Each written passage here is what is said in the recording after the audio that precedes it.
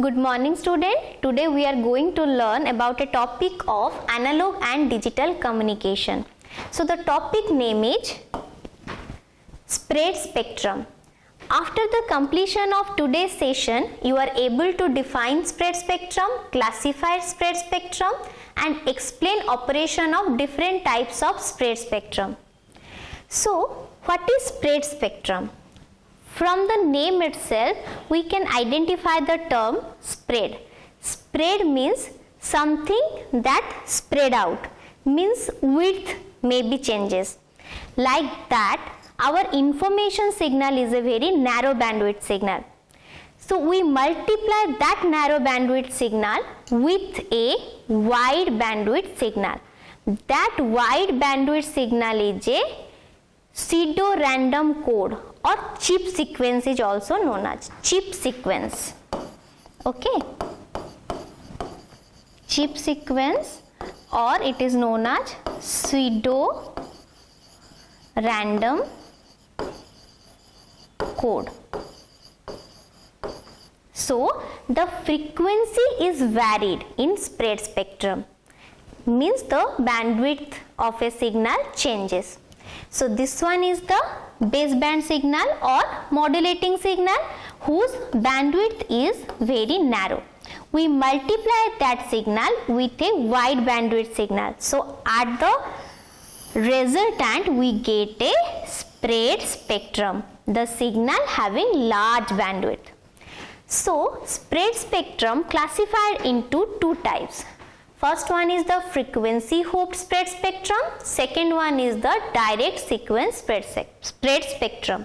So first today we discuss about the DSSS, means direct sequence spread spectrum.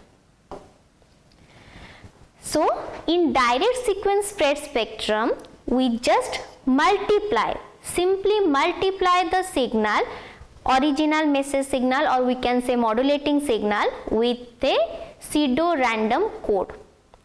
So somehow, means as per our consideration, some people consider simple multiplication, or some person consider XOR gate or gate, any type of logic operation they can apply between these two signals. So let's see. Take an example of message signal.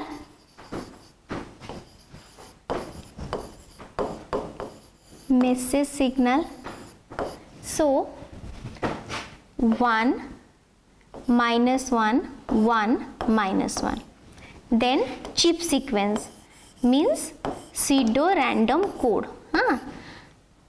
1 minus 1 minus 1 minus 1 minus 1 1. So in DSSS, a single bit of message signal is multiplied with this whole code of pseudo-random sequence. Then we can see a single bit is spread through this code, means one bit spread out through this code. So like this we get our resultant signal. So first we draw the message signal. 1 minus 1 means 0. Okay, so 1, then minus 1, 1 second,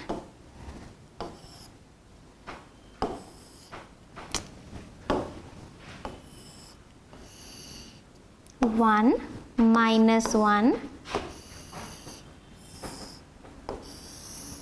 1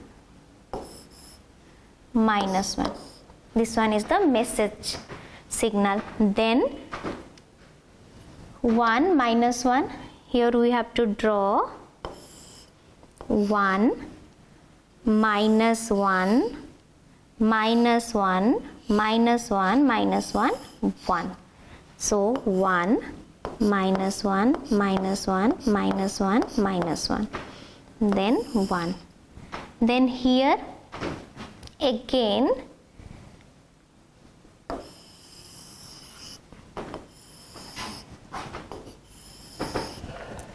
we draw the same sequence. 1 minus 1, minus 1, minus 1, 4 minus 1, then 1. Again here.